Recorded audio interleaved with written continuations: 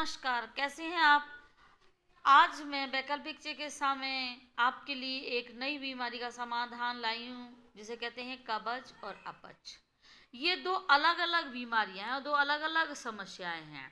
हमारे पेट के दो भाग होते हैं, एक तो होता है ऊपरी भाग, सुंडी या धुन्नी से ऊपर वाला, और एक होता है निचला भाग। जो ऊपरी भाग की जो समस्या है, जिसमें हमारा ये आमाशय होता है, ये समस्या क्या कहलाती है? अपच की समस्या। इससे संबंधित जितनी भी परेशानियां होती हैं वो अपच की समस्या कहलाती है, क्योंकि भोजन नली से हमारा यहाँ भोजन आकर पचता है, और जब सही ढंग से नहीं पचता तो हम कहते हैं हमें अपच हुई है। उसके बाद फिर जब खट्टी खट्टी डकारें आने लगती हैं, तीखी तीखी डकारें आती हैं, जिसे हम एसिडिटी भी बोल सकते हैं, वो फिर जो समस्या होती है वो है हमारी कब्ज की समस्या। क्योंकि जब हमारा भोजन आमाशय में सही ढंग से नहीं पचेगा तो ये है हमारी बड़ी आंतें। इन बड़ी आंतों में क्या है, मल अवरुद्ध हो जाएगा। भोजन पचने के बाद में यदि हम सही ढंग से पचा लेते हैं तो उसमें लेश होता है, चिकनाई होती है, तो मल गुदा मार्ग से अपने आप आसानी से निकल जाता है। लेकिन जब भोजन सही ढंग से नहीं पचता तो वो मल आसानी से नहीं उठता, और ये जो लीफ टाइप हमारी जो पत्तियाँ जैसी बनी हुई हैं आंत की बड़ी की, इसमें जो है मल अवरुद्ध हो जाता है, सड़ जाता है या खुश्क हो जाता है, निकलता नहीं है। तो उसका अवशोषण, जो भोजन का अवशोषण है, बचा हुआ पदार्थ है, वो पदार्थ जब यहाँ रुक जाता है, ये समस्या हमारी कब्ज की समस्या, और ये बड़ी ही गंभीर समस्या।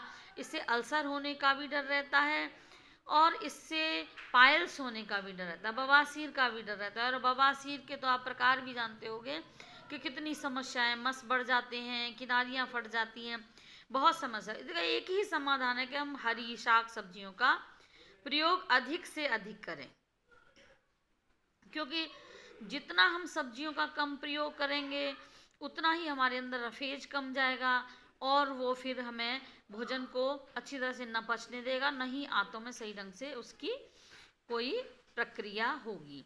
इसके लिए हमें क्या करना चाहिए? हरी साग सब्जियों को खाना चाहिए। आज हम क्या करते हैं, हम हरी साग सब्जियों से, आम समस्या है, बच्चे सब्जी नहीं खाते, बच्चे कोई भी सब्जी खा के राजी, मैगी बना दो, नूडल्स बना दो, ये सब क्या करते हैं, ये सब हमारे लिए हानिकारक पदार्थ हैं। तो हम किसी न किसी रूप में बच्चों को ऐसी आदत डालें कि वो सब्जी का अधिक सेवन करें, और हम भी सब्जी को अधिक से अधिक खाएं।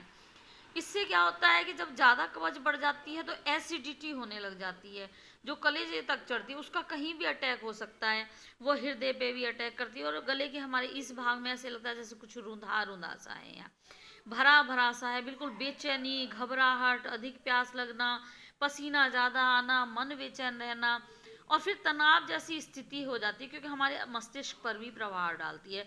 तो जब हमारा एसिड बनकर धुआं सा निकलता है ऊपर की तरफ, तो हमारे दिल पर भी प्रभाव डाल सकता है, हमारे गले की नाड़ियों को भी अवरुद्ध कर सकता है, हमारे मस्तिष्क पर भी इसकी गैस और धुआं जाती है।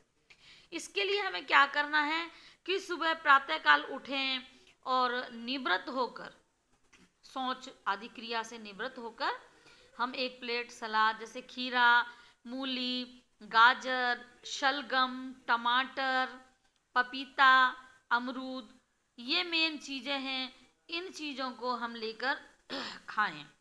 धीरे धीरे धीरे धीरे उसको ऐसे चबाएं कि बिल्कुल वो लेस बनता हुआ हमारे अंदर जाए।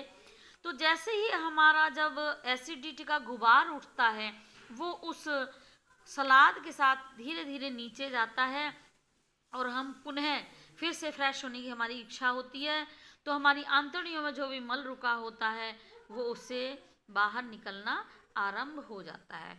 उसके बाद हम चाय न पिएं, क्योंकि हम चाय पीते हैं, वैसे पता चाय में कितने विष होते हैं, टेनिन है, पेप्सिन है, ये सब विष होते हैं चाय में, लेकिन आज हमारी आदत बन गई है चाय पीने की। वो चाय न पिए, 1 घंटे बाद पानी लें, और उसके कम से कम 2 या 2.5 घंटे बाद हम भोजन लें, जो भी आपकी रुचि हो।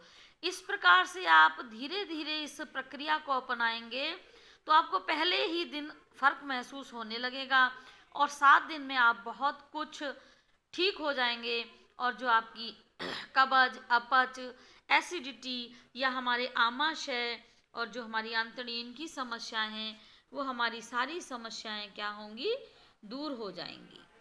ये समस्या दूर होते ही हम मन मस्तिष्क हर तरह से स्वस्थ होंगे और अपने काम को सुचारू रूप से कर सकेंगे। सो मित्रों, आज की श्रृंखला में इतना ही। स्वस्थ रहें, प्रसन्न रहें, मुस्कुराते रहें और मुझे लाइक और सब्सक्राइब करना न भूलें।